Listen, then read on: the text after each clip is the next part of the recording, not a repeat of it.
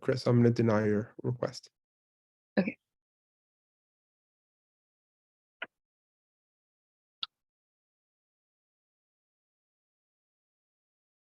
Okay.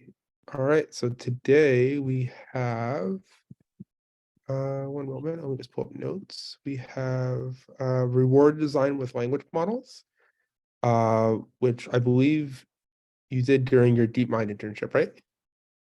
I actually did it just before going to DeepMind. Okay, cool. But we're very, very excited about this paper because we've done a lot of stuff on our side with like recreating Elm and a lot of like Joel Lehman's work at OpenAI, and it's definitely in the direction that I think a lot of RL is moving, regardless. So if you want to take it from here, yeah, it's all yours. Oh, let me Happy make it so to. that you get Oh, your co-host, so you can share your thank you. screen. There you go. All right. Okay. All right. So thank you again for having me. And if you guys have any questions along the way, please feel free to interrupt. It's not super formal or anything, so I would love any questions that you have. So I'm interested in alignment. And one reason why I think misalignment happens is because it's hard for humans to communicate the right objectives to AI agents.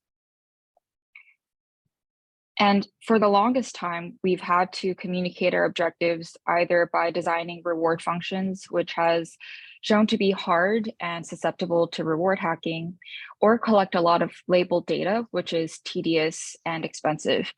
And both approaches are not really friendly to everyday people who don't have a technical background because it requires a lot of time or a knowledge of coding and reinforcement learning. And so I've been focusing on this particular view of the alignment problem, and my goal has been to try and make it easier and more intuitive for humans to communicate their objectives. And some of the ways that we try to do that in this work are to enable humans to communicate objectives that are somewhat fuzzy using language, which is an intuitive modality. And so admittedly, ChatGPT and GPT-4 and now Bard make it easier for us to communicate our objectives because we can use language and vision, but I don't think that they solve alignment. I was talking to a research scientist from industry yesterday, and I like the way she kind of put it. So she said that if they've taken us 80% of the way there, getting that last 20% is where all the interesting problems are going to lie. And I try to address part of that 20% in this work as well as a bit of future work that I'm going to briefly talk about. I also see that Ethan Kim has entered the waiting room. Should I admit? I'm going to admit. Okay. All right. Oh, yep. Sorry. Okay. And so before I dive in, lastly, I also just want to quickly contextualize our work with RLHF. So in RLHF, you basically use reinforcement learning to improve a large language model. And here the reward function is learned from a lot of data using highly trained annotators.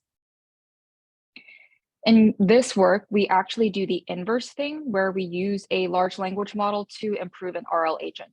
And the reward function here is obtained via in-context learning, only using a handful of examples.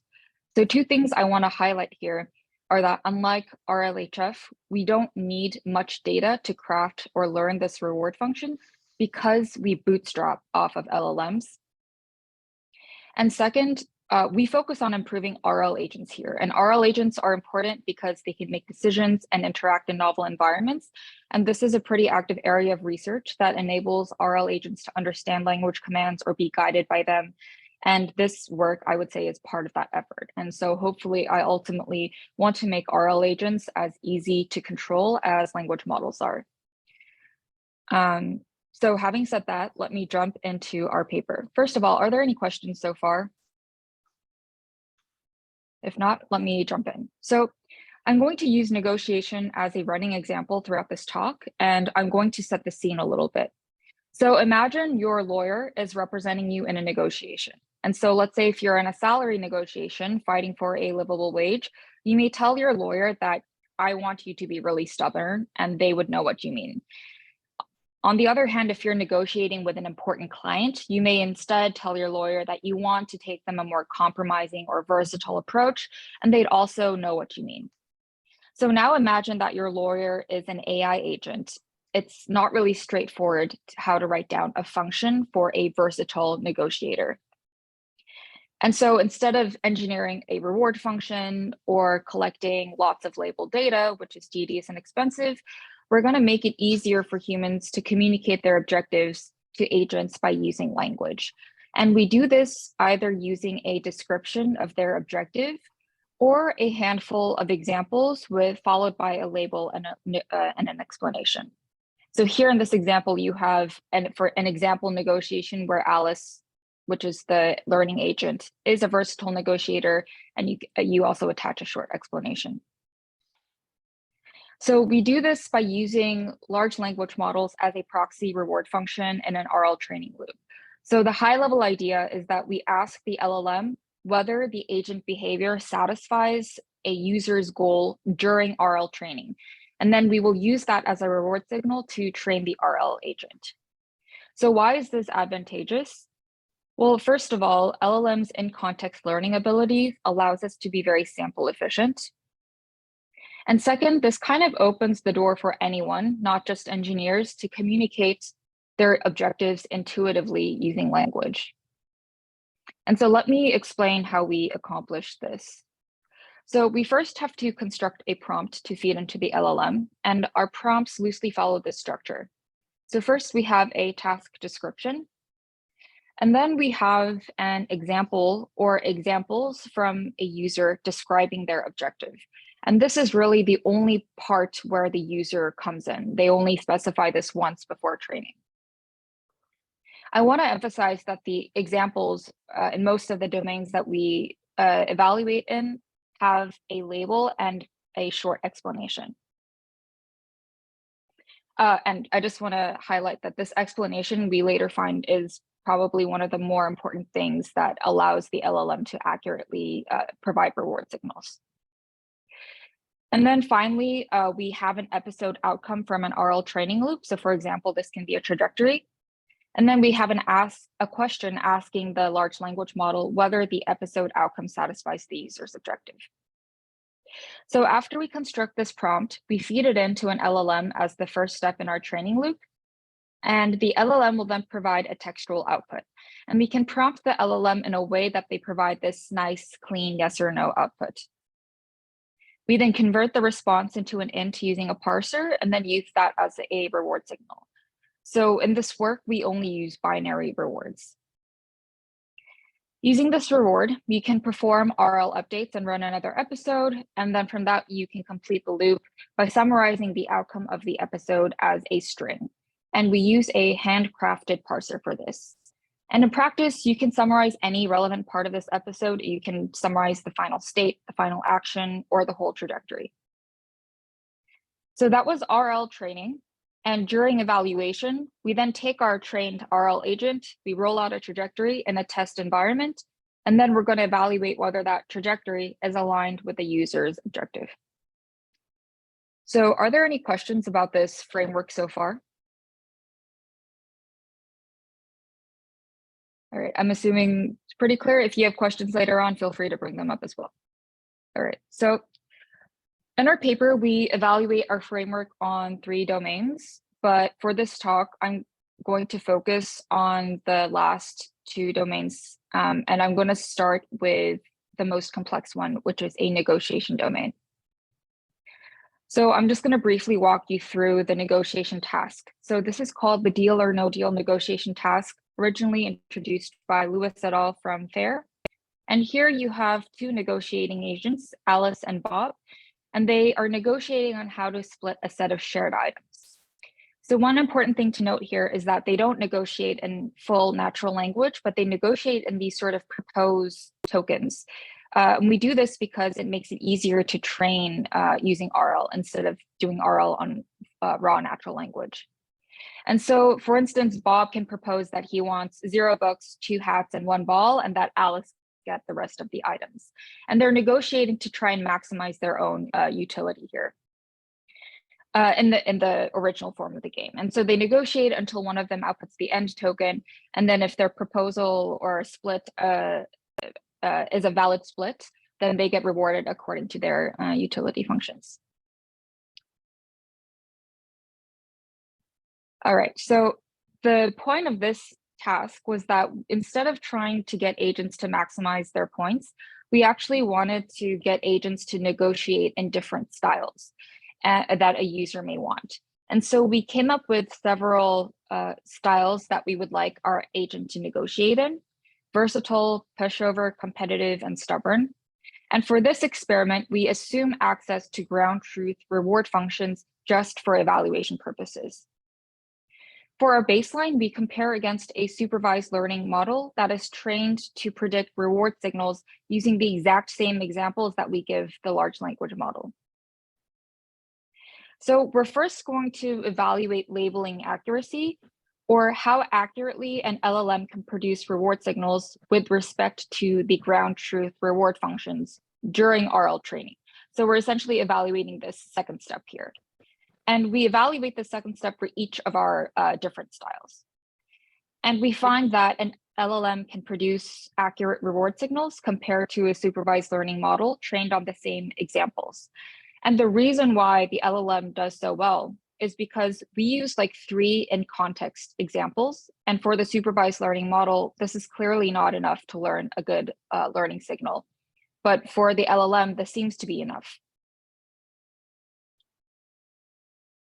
Second, we then evaluate how well aligned the trained RL agent is on a test environment. And so we also compare against an RL agent trained with the ground truth reward as well. And in summary, we find that we outperform the supervised learning baseline by an average of 46% across styles, and we underperform the true reward by an average of 4%. So we also see that nice gap between us and the baseline. And so from these experiments, we sort of gather evidence that our framework works and we can train objective aligned agents.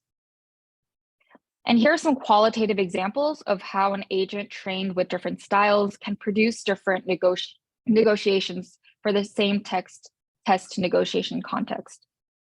So here you have a versatile agent that learns to offer different proposals. Here you have a pushover agent where Alice immediately agrees to a suboptimal proposal and thus gets a low amount of points. Here you have a competitive agent where Alice learns to insist on a very good proposal that earns her the maximum number of points. And here for the stubborn style, Alice learns to negotiate in this sort of weird way where she badgers the same proposal over and over again, and they end in disagreement. Okay, so that was cool and all, but then we wanted to take it a step further and evaluate our framework when there are no ground truth rewards and when humans now evaluate our agents instead of using these automated metrics. And so we asked 10 users to select a style in which they wanted their agent to negotiate in. And they had the opportunity to select one of our 4 original styles, or they could come up with their own styles.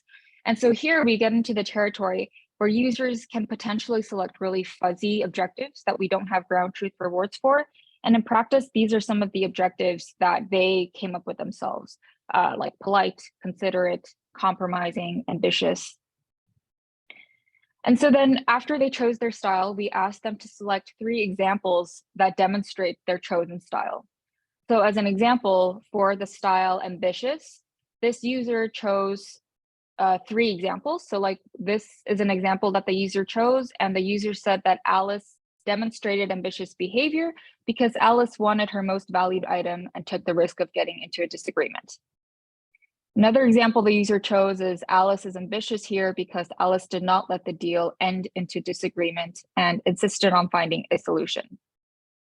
Finally, the third example they chose was a negative one. So here Alice is not ambitious because she did not propose a counteroffer to Bob's bad offer. So after you choose the 3 examples here, we're going to train an RL agent using our framework. And we're also going to train an agent to negotiate in the opposite style by flipping these yes or no labels. Finally, we asked users to rate how well each agent aligned with their chosen style. So the hypothesis is that we should probably find a significantly large difference between these two agents, where this guy is very aligned and this guy is not aligned at all.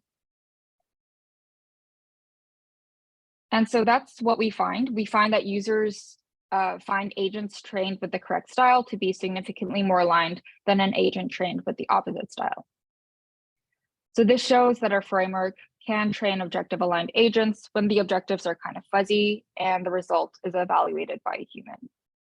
And I just also wanted to show you some qualitative examples. So this is the same example for the ambitious style. So for an agent trained with an ambitious style, you can sort of see that the behavior is consistent with the user provided explanation as to why they thought Alice was ambitious. So here, Alice wanted her most valued item and took the risk of getting into a disagreement. And so she vouches for her most valued item, which is item 2. Here, for an agent trained with the opposite style, we can see that Alice immediately agrees, and this is also consistent with the user provided explanation of what they mean by a non-ambitious negotiator. We did some follow-up analyses where we wanted to really see how data efficient our method is. So then we basically saw for this negotiation domain, how many examples, additional examples do we need to give the supervised learning model for it to achieve comparable accuracy to the large language model. And we find that it requires on the order of hundreds of additional examples to be comparably accurate. So one thing I do want to note here is that the supervised learning model that we used was much, much smaller than Instruct GPT, which is the large language model we used. So it's not that fair of a comparison. And I think that the more powerful your supervised learning model gets, probably the less data you will need to learn. We then also did another follow-up analysis to understand how much prompt tuning or design is required, because large language models have been notoriously sensitive to different prompts. And so to measure this, we look at how much the large language model's labeling accuracy changes when we vary the prompt. And so we analyze the effect of varying this prompt for the stubborn negotiating style, and we vary the prompt in 3 ways. So we try varying the keyword. So for example, we replace stubborn with its synonyms. We also try varying the example negotiations, where we have counterbalanced examples, all positive examples, or all negative examples.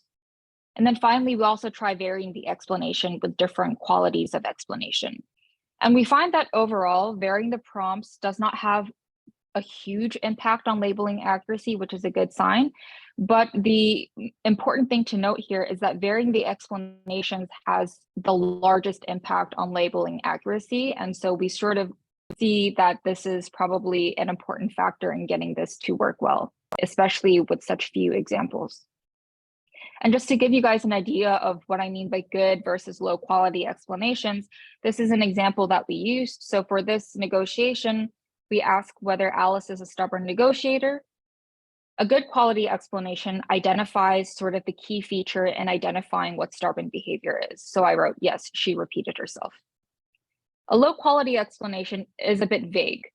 So yes, she wasn't very nice could mean a number of reasons by what you mean by wasn't very nice. So this is a little bit vaguer, and no explanation, of course, doesn't have any explanation attached. So this is sort of an example of what I mean.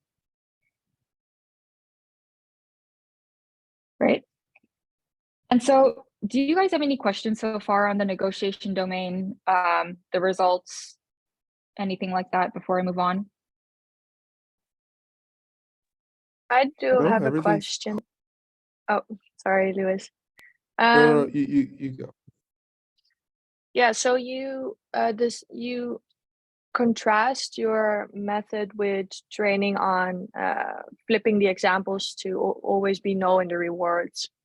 Like you evaluate both on sort of. So, sorry, I'm struggling to formulate my question. But if you go back a couple of slides, in the human evaluation, you flip. Yes, exactly, this part. Is there why did you choose the opposite style? And would there also be some interesting comparison to see if you, for example, do a random yes or no? So then I would expect then you could kind of see the different whether humans would sort of assume there's some kind of style where there is none or something like that, if you know what I mean. Yeah, so we trained with the opposite style because we really wanted to show this contrast where like if we train with the opposite style, we should see a very large difference. If we train with random labels, we would still see a difference, but the gap would probably be smaller. And in this case, because we use 3 in context examples here, randomly flipping the labels is probably not going to produce that big of a gap because there are only 3 in context examples. Let's say if we used more, then I think the gap would be larger. But I think running with a random baseline would have also been fine. It's just we wanted to show this gap. Yeah, okay. Makes sense. Thank you. Yeah.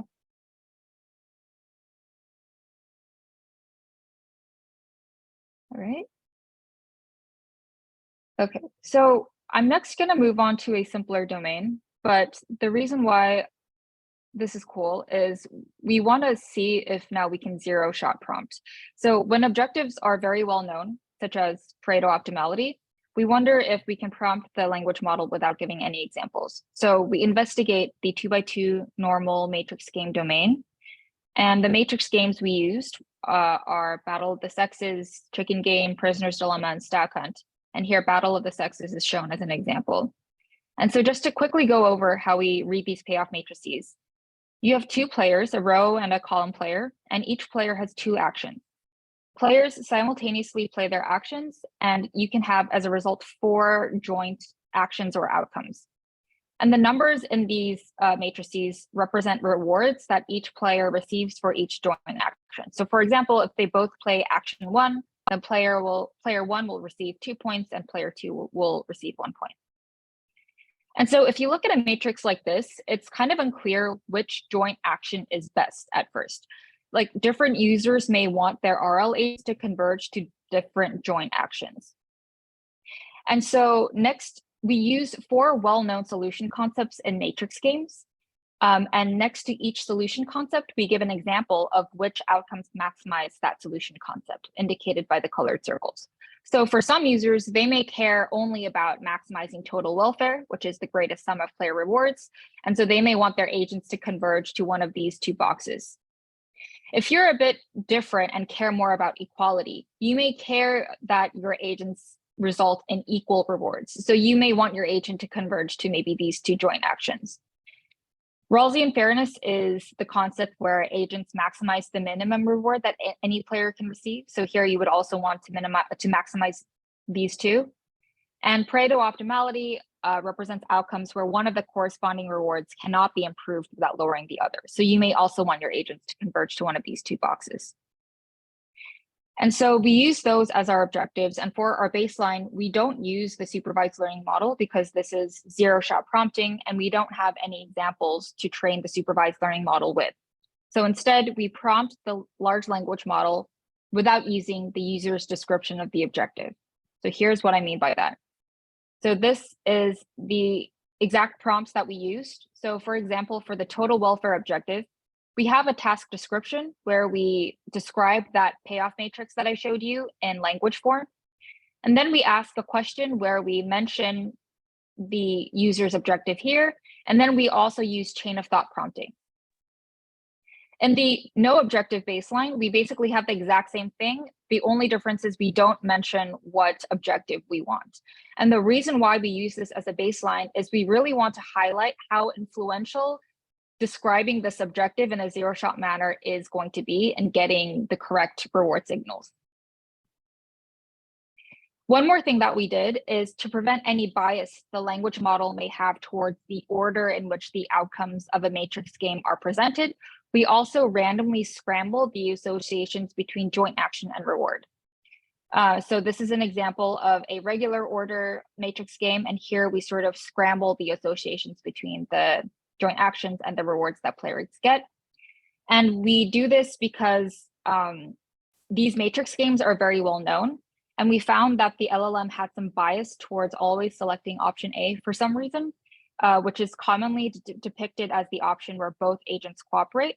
And that also happened to satisfy a lot of the solution concepts that we were testing. So we also tried scrambling the order.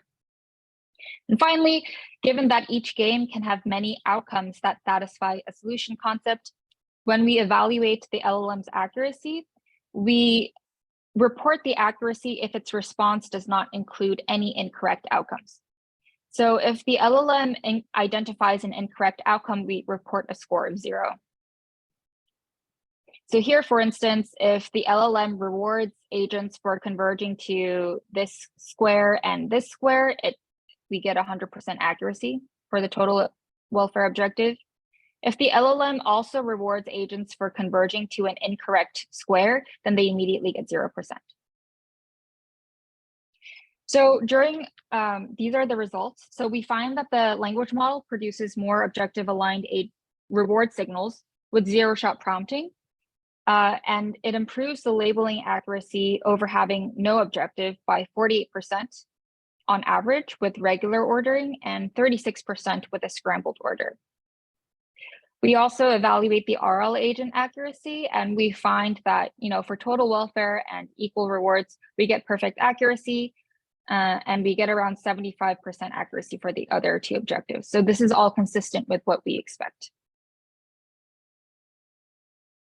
Are there any questions about this zero-shot domain before I move on? Not. Okay, so that was kind of all I wanted to talk to you guys about for this paper.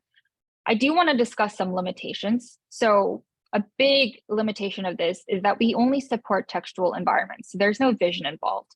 And I think this is something that can actually easily be extended upon if you replace the LLM with, let's say, a VLM, and now your state space includes images or videos. We're also limited to binary rewards here, which limits the complexity of the training environments that an RL agent can learn from. And so I think working on that is also an interesting area of future research. And so just to summarize, overall, we create this easier interface for users to specify their objectives by using a language model as a proxy reward. Are there any questions so far? If not, I would like to take a couple minutes to also talk about some future work ideas that we're thinking about. Okay, so as I mentioned, this is one of our limitations, and this is sort of what we wanted to tackle moving forward, the fact that we only support textual environments. And so now let's say you have an objective, which is clean the desk, and you also have you literally take a photo of your desk with an iPhone, and you want, let's say now, a robot to clean this desk. This is actually kind of a hard objective because you need to have some sort of common sense reasoning. So first of all, if you were tasked to clean the desk, you may first want to know if there is any liquid in this cup, or if the cans are open. If the cans are open, you should probably assume that they're safe to throw away. If they're not, then probably you should keep them there because the user may want to drink them. So I want to be able to have an agent that carries out this instruction without me having to tell it every little thing like this. And so what we then are trying to do is incorporate a VLM also into the loop along with a large language model. Here, the VLM will caption the image initially and provide a textual description of this image to a language model, which then will decide how to clean the desk. The thing that we found is that current VLMs that are open sourced are very bad, and they give very vague descriptions of the desk here that are not relevant to the instruction at hand. So for example, they'll tell me that a cup is here, but they won't tell me whether the cup is full or not. And so we are looking to see if we can get the language model to determine if it has enough information from the context to clean the desk. And if not, we wanted to ask follow-up questions. Like, for instance, is the mug empty or full? It would then be cool to go and take a follow-up picture a closer up picture of the mug to actually check the contents, and then ask the VLM again, is the mug empty or full? This is one way that we can get the VLM to answer more fine-grained questions or detailed questions that are actually relevant to this instruction given this image. Another example is, have the cans been opened? And so sort of this way, we're hoping to get a more fine-grained textual description of the environment by using this active perception method. And that's how we're hoping to carry out this grounded instruction in the real world. So these are just some things that we're thinking about.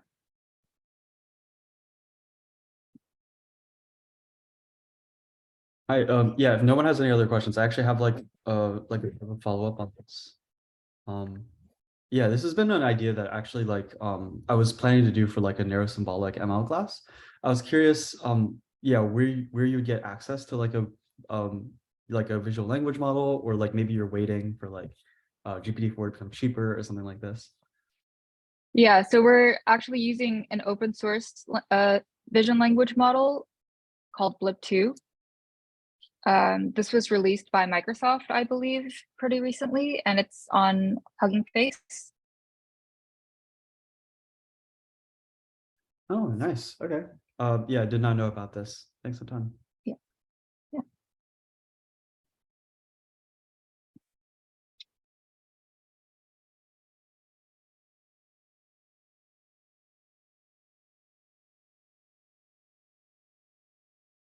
Yes, sorry. There's So a- by VLM, yeah, sorry, I just saw that. So by VLM, I mean vision language model. And so this, we're assuming, or we're hoping that whatever VLM we use, it has an ability to do visual question answering and also caption an image. Yeah, so exactly, it's multimodal.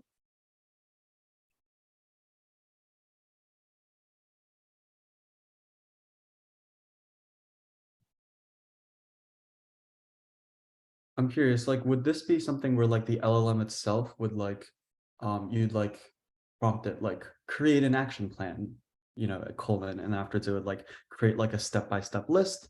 Or is this something where it's like the exploration is guided and afterwards the LLM can control the reward in some way? Or is this like the LLM like controls the next action afterwards that's translated into something that like say a hypothetical bot operating space can do?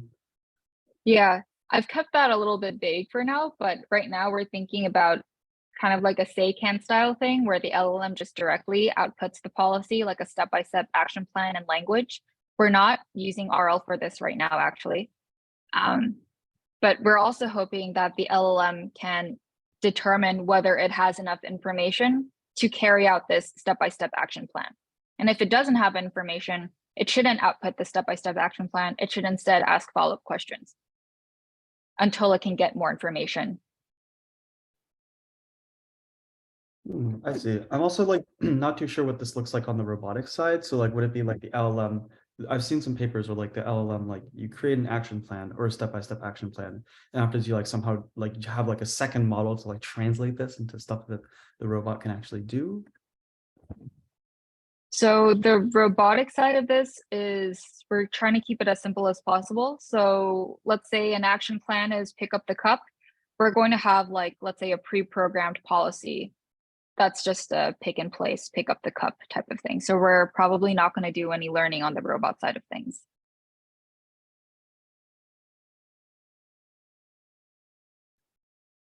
I also see a question from the chat. What LLM is used for the experiments? If these are recent OpenAI LLMs, how much do you believe human feedback is steering the rewards? So for the reward design paper, we used Instruct GPT, I believe DaVinci 002. And for this one, we're using ChatGPT. And so these are pretty recent OpenAI LLMs. And I think like I already find a large difference between ChatGPT and Text DaVinci 002 in terms of the quality of responses and the need to prompt tune. And so I think that human feedback probably is playing like a huge role in just even comparing the difference between those two models.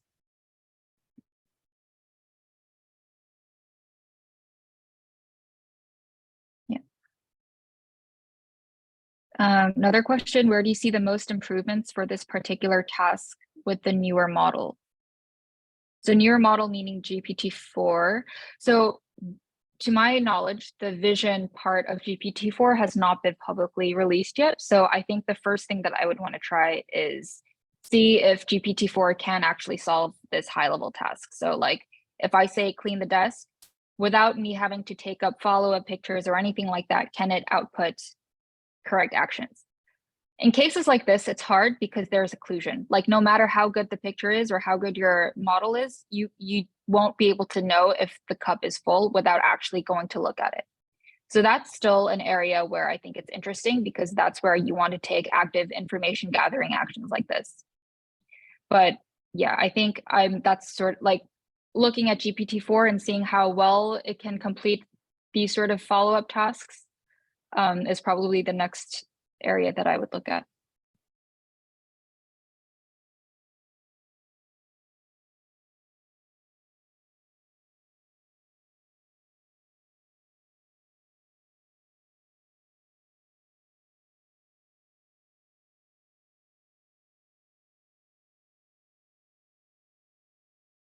Any other questions? Yeah, I just want to say like, yeah, very, very interested in like this work, and especially interested in like projects to extend your work. I think like we ended up coming with a very, very similar idea of like Coke and like having a robot trying to pick up Coke. And I think because we didn't know that there was like a visual language model, we were planning to manually label like a bunch of explanations over like the course of a week to generate a reward function. So knowing that there's like a VLM available is also really, really helpful. And there's a bunch of other stuff that we're planning to do. Maybe we can like discuss offline if you're interested, but yeah, definitely helpful to get input. Yeah, I would love to discuss offline.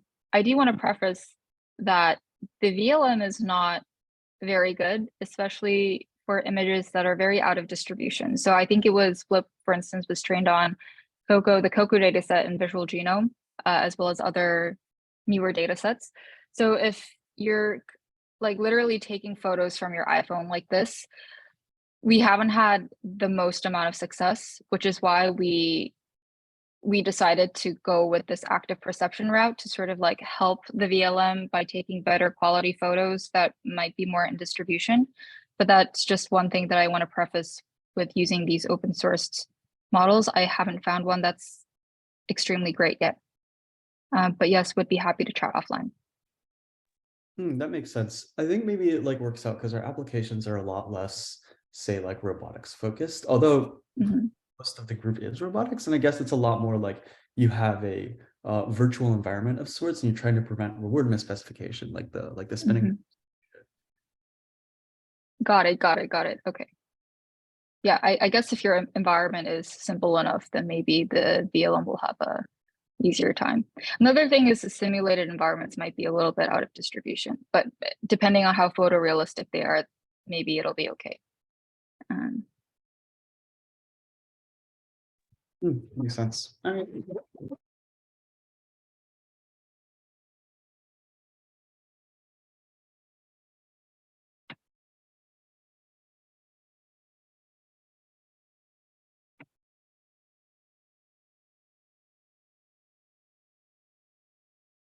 Okay.